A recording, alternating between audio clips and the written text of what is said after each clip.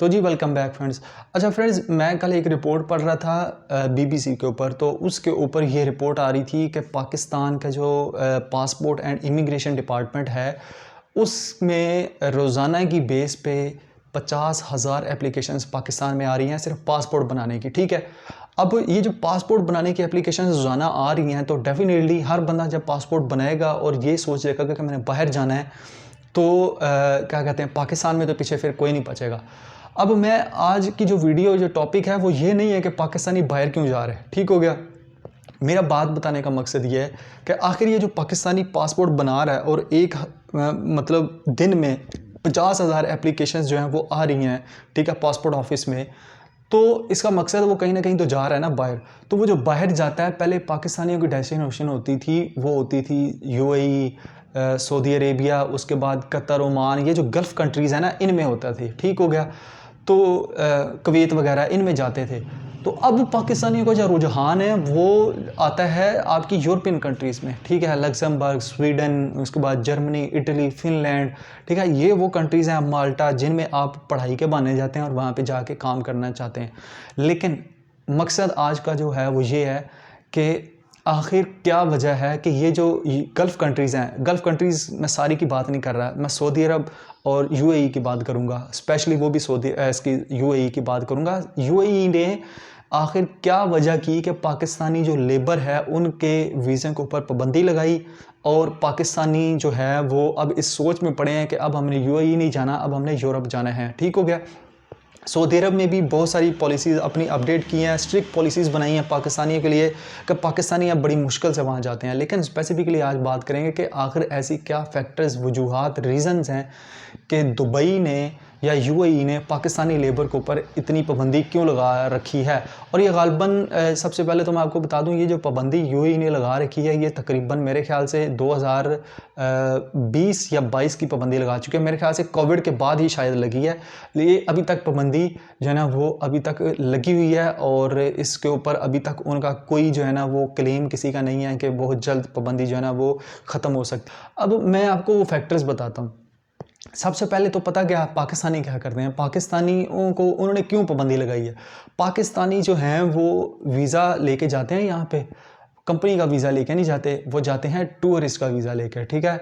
वो as a tourist जाते हैं, वहाँ पे 3 महीने का विज़िट वीज़ा लेके जाते हैं और या 2 महीने का विज़िट वीज़ा लेके जाते हैं। वहाँ पे अपने किसी ऑलरेडी फ्रेंड के साथ, पाकिस्तान सारा भरा हुआ है, अपने आपके गली मोहल्ले में 2 बंदे आपको दुबई में मिल जाते हैं अपने गली के, तो वहाँ पे रुकते हैं। वहाँ पे रुक के अगले दिन वो टूरिस्ट के तौर पे दुबई नहीं घूमते, वो जाके अपनी सीवी जो है ना वो हर कंपनी में फेंक रहे होते हैं और अपने दोस्तों को कहते हैं कि मेरा जुगाड़ करो, और अपने दोस्त के साथ ही रहते हैं।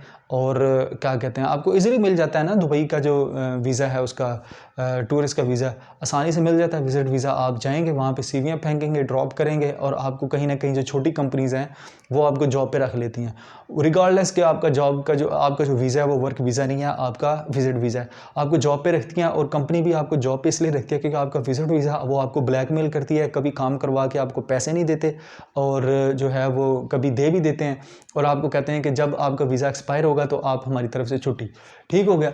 ये वो पहला रीज़न है जिसकी वजह से यूएई जो है वो उनके ऑफिशियल आपको लेबर वीज़ा नहीं दे रहे हैं, ठीक हो गया। क्योंकि वो कहते हैं कि एक बंदा विजिट पे आ रहा है और यहाँ पे आके 2 नंबरी करता है। उसके बाद जो एक मेन रीज़न है जिसकी वजह से आपको जो लेबर है वो वीज़ा नहीं दे रही है यूएई की ऑफिशियल, फिर ये होता है कि पाकिस्तानी जो है वहाँ पे जाके गैर कानूनी सरगर्मियों में मुलविस होते हैं। वहाँ पे अभी पिछले दिनों ये भी आया था कि प्रोटेस्ट होने शुरू हो जाते हैं।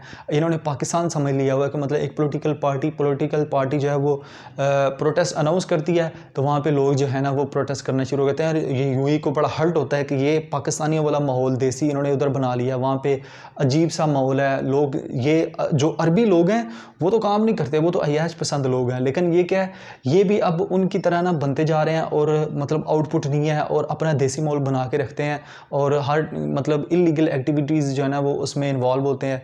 तो डेफिनेटली जो यूएई के ऑफिशियल्स हैं वो फिर इस चीज़ को बड़ा फोकस रखते हैं और वो उन्होंने एक ये इस रीज़न को देख के भी पाकिस्तानी जो लेबर है उसके ऊपर वीज़े की पाबंदी लगाई हुई है। तीसरा जो मेन रीज़न है और वो यूएई और सऊदी अरब दोनों में आता है। सऊदी अरब ने अभी तक इस पर ऊपर पाबंदी नहीं लगाई, लेकिन यूएई ने इनिशिएटिव लिया और उसके ऊपर पाबंदी लगा दी। वो ये है कि यूएई में लोग विजिट वीज़े पे जाएंगे या कंपनी के वीज़े पे जाएंगे जॉब करने और किसी भी तरीके से चले जाएं, वहाँ पे जाके ये भीख मांगते हैं पाकिस्तानी। और ये पाकिस्तानियों का सबसे बड़ा काम है। पाकिस्तान में आपको हर एक चौक पे 2-2 3-3 बंदे मांगने वाले नज़र आते हैं, लेकिन दुबई में आपको चौक पे मांगने वाले नहीं नज़र आएंगे। वहाँ पे कम नज़र आते हैं, ऐसे कटोरा लेके मांगेंगे, वो इस तरह नहीं होता। वो पाकिस्तानी बड़े प्रोफेशनल तरीके से वहाँ पे मांगते हैं। वहाँ पे आप जाएंगे, आप किसी शॉपिंग मॉल में खड़े हैं, वहाँ पे आपको पाकिस्तानी एक बैग उठाए, बैग पहने पीछे मिलेगा, स्टूडेंट होगा, मैं स्टूडेंट हूँ, मैं जॉब करता हूँ, मेरी आज दिहाड़ी नहीं लगी, तो मेहरबानी मुझे खाने के लिए कुछ जो है ना वो पैसे दे दें। वो आपसे खाना नहीं मांगेगा, या आपसे जो है ना वो ये नहीं कहेगा कि मुझे आज ये सर्दियाँ चल रही हैं, इसका सीज़न के कपड़े ले दो, या वो कहेगा मुझे पैसे दे दो थोड़े से।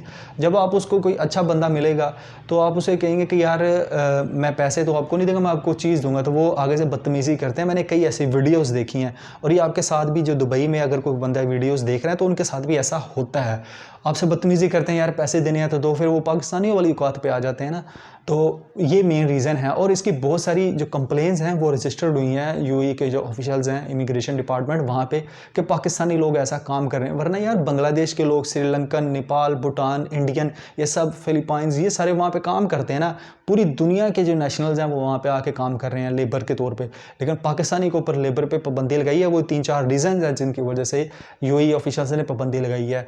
अब एक तरीका है पाकिस्तानी लोगों का जो कि बाहर जा सकते हैं, और वो ये है कि पाकिस्तान के जो डिग्री होल्डर्स हैं, जो पढ़े लिखे लोग हैं, जिनके पास जो अच्छी जॉब, अच्छी डिग्री है, मतलब 60 ईयर्स ऑफ एजुकेशन है या 14 साल डिग्री है, वो जा सकते हैं। वो भी एग्जेक्टिव वीज़ा अगर आपको मिल रहा है, या आपका कोई इन्वेस्टर का वीज़ा है, या आपका कोई बिजनेसमैन का वीज़ा है, ठीक है, या आप विजिट वीज़े पे जाना चाहते हैं, वो तब जा सकते हैं। और इसके अलावा आप ये कहें कि अगर कोई यूएई की कंपनी आपको जॉब दे रही है तो बिल्कुल टोटली फ्रॉड है। यूएई ने बिल्कुल बैन किया हुआ पाकिस्तान को फ़िलहाल, और कब तक ये बैन लिफ्ट होता है इसका कोई अंदाज़ा नहीं है। पाकिस्तानी ऑफिशियल्स के साथ बहुत सारे बैकडोर राब्ते हुए हैं, कॉन्टैक्ट हुए हैं, लेकिन इस पे अभी तक कोई किसी का भी मौक़िफ़ जो है वो सामने नहीं आ सका है कि भाई आखिर क्या वजह है कि जिसकी वजह से अभी तक जो है ना वो ऑफिशियल्स ने ये वाला जो पॉलिसी बैन है या जो पाबंदी है ये लिफ्ट की है। तो फ्रेंड्स, अगर आपके पास कोई और रीज़न है मुझे कमेंट में शेयर करें, और वाकई आप मुझे बताएं कि ऐसी चीज़ें हैं पाकिस्तानियों के अंदर जो कि दुबई में ऐसी एक्टिविटीज़ करते हैं जिसकी वजह से जो है वो पाकिस्तान के ऊपर ये जो वीज़ा पाबंदी है अभी तक लगी है और बहाल नहीं हुई है। तो कमेंट में अपनी फ़ीडबैक दें। तो इंशाल्लाह किसी नेक्स्ट टॉपिक में मिलते हैं।